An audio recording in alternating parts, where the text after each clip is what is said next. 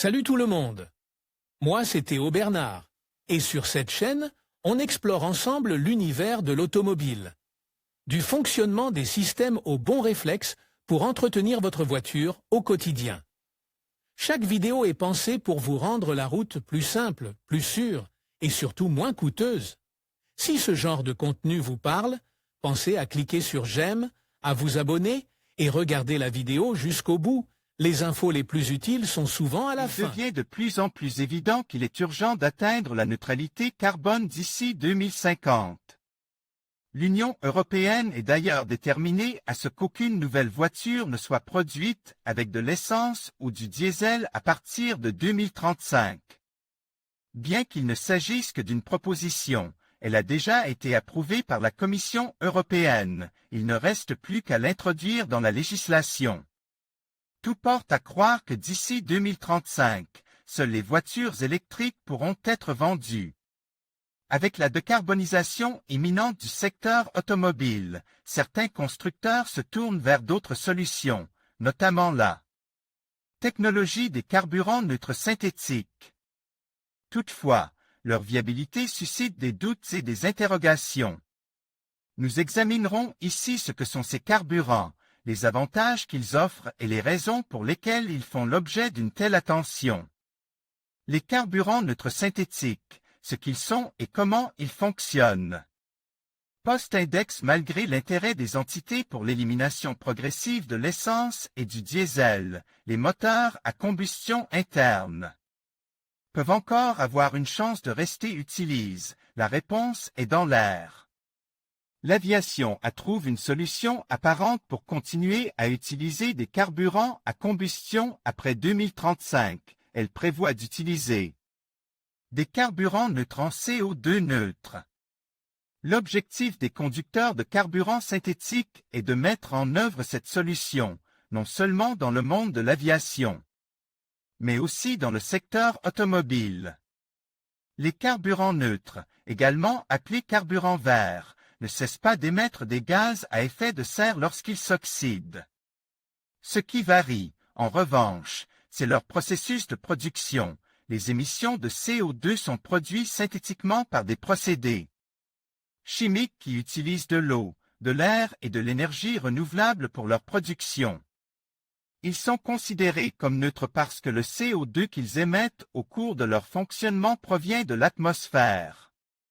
Les combustibles fossiles, quant à eux, extraient le carbone de la croûte terrestre et le rejettent dans l'atmosphère. Avantages et inconvénients des carburants neutres. Si les carburants synthétiques contribuent à réduire l'empreinte carbone, leur bénéfice n'est que partiel. En effet, les inconvénients de la combustion interne ne sont pas seulement corrigés par la réduction des gaz à effet de serre, il resterait le problème des émissions locales qui, par exemple, s'accumulent et détériorent l'air dans les environnements urbains. Cela crée des problèmes de santé et déclenche des alertes à la pollution. Malgré cela, les carburants verts sont une très bonne solution si nous voulons éviter l'augmentation du CO2 dans l'atmosphère. Autre solution similaire, la transformation des déchets en carburants synthétiques. La technologie de capture du CO2 de l'atmosphère est très coûteuse et complexe, mais elle reste une solution valable qui attire de nombreux experts du secteur. Cependant, il existe également une alternative intéressante, la production de combustibles synthétiques et neutres par le traitement des déchets. Cette idée a servi d'initiative à des entreprises telles que Metsafibre, une société finlandaise de transformation du bois. Son objectif est de produire du carburant à partir de déchets de pâté à papier, avec l'aide d'une autre société énergétique. 12 000 tonnes de carburant pourraient être produites par an. L'un des aspects les plus intéressants de ce projet est qu'il pourrait être appliqué à l'échelle mondiale. Si l'ensemble de l'industrie papetière choisissait de gérer ses déchets de cette manière, une production importante de carburant synthétique pourrait être garantie. L'avis des experts, pessimisme et optimisme. En ce qui concerne les carburants synthétiques et leur arrivée sur le marché, les avis sont partagés. Par exemple, selon la CEA, Association des constructeurs européens d'automobiles, la disponibilité des carburants, verts ou renouvelables, ne sera toujours pas suffisante d'ici 2035. ACEA, inquiétude quant au développement des technologies des carburants synthétiques selon les chiffres de l'ACEA, 2035 marquera la fin des voitures à combustion interne. L'association estime qu'il aurait été nécessaire de préserver la combustion interne en développant des carburants neutres, qui n'augmenteraient pas les émissions de CO2 dans l'atmosphère. Bien que l'association ne considérait pas l'arrivée des carburants synthétiques d'ici 2035 comme une réalité, selon la CEA, il y a toujours un espoir que les carburants synthétiques puissent être utilisés d'ici 2050, en fonction des décisions prises par l'Union européenne et les organismes compétents, car cela nécessiterait un changement de l'objectif de réduction des émissions totales pour les voitures neuves en 2035. Les marques s'engagent à prolonger la durée de vie des moteurs à combustion interne d'un autre cote. Les perspectives sont également optimistes. Certains ne veulent pas renoncer aux voitures à combustion interne et pensent que l'utilisation de carburants synthétiques neutres sera possible d'ici à 2035. Porsche, par exemple, est persuade de pouvoir maintenir la production de ses véhicules à combustion interne. Il faut comprendre que pour eux, l'enjeu est de taille. Si la Porsche électrique est une bonne voiture de sport, la marque affirme qu'il n'y a rien de tel qu'une Porsche traditionnelle.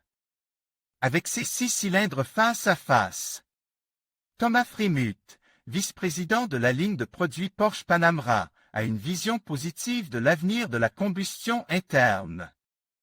Il affirme que d'ici 2035, les émissions de CO2 neutres. Contrairement à la CEA, il est convaincu que ce projet sera réalisable. Des années de recherche, l'industrie automobile n'abandonne pas. L'industrie automobile tente depuis des années de produire des carburants verts, renouvelables ou neutres. Audi, Volkswagen et Porsche comptent parmi les constructeurs automobiles les plus intéressés et on consacre beaucoup d'efforts au développement de ces technologies. Leur projet inclut la production et la commercialisation de carburants synthétiques neutres à l'échelle industrielle. En fait, il existe un projet connu sous le nom de Haru Oni, qui vise à exploiter les vents de Patagonie pour produire du méthanol. Grâce à l'énergie de l'air, de l'eau et du vent, qui, dans un deuxième temps, sera converti en carburant neutre à base de CO2 neutre. Il est difficile de prédire exactement ce qu'il adviendra des moteurs à combustion interne dans les années à venir. S'adapteront-ils et s'imposeront-ils ou est-ce la fin d'une époque? Tout dépendra de la manière dont les interdictions et les projets seront gérés par l'Union européenne et d'autres acteurs engagés dans le développement de la mobilité durable. Cependant, une nouvelle façon de conduire est en train de se mettre en place.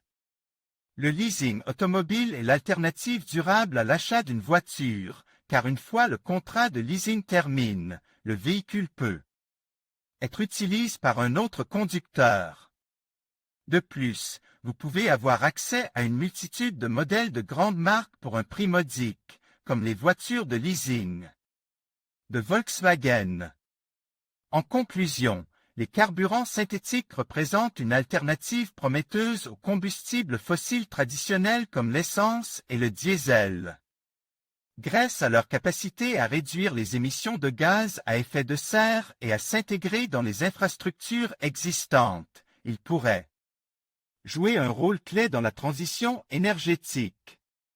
Alors que le monde cherche des solutions durables pour lutter contre le changement climatique, les carburants synthétiques pourraient bien être une voie vers un avenir plus propre et plus respectueux de l'environnement. Il est essentiel de continuer à investir dans la recherche et le développement de ces technologies pour réaliser leur plein potentiel.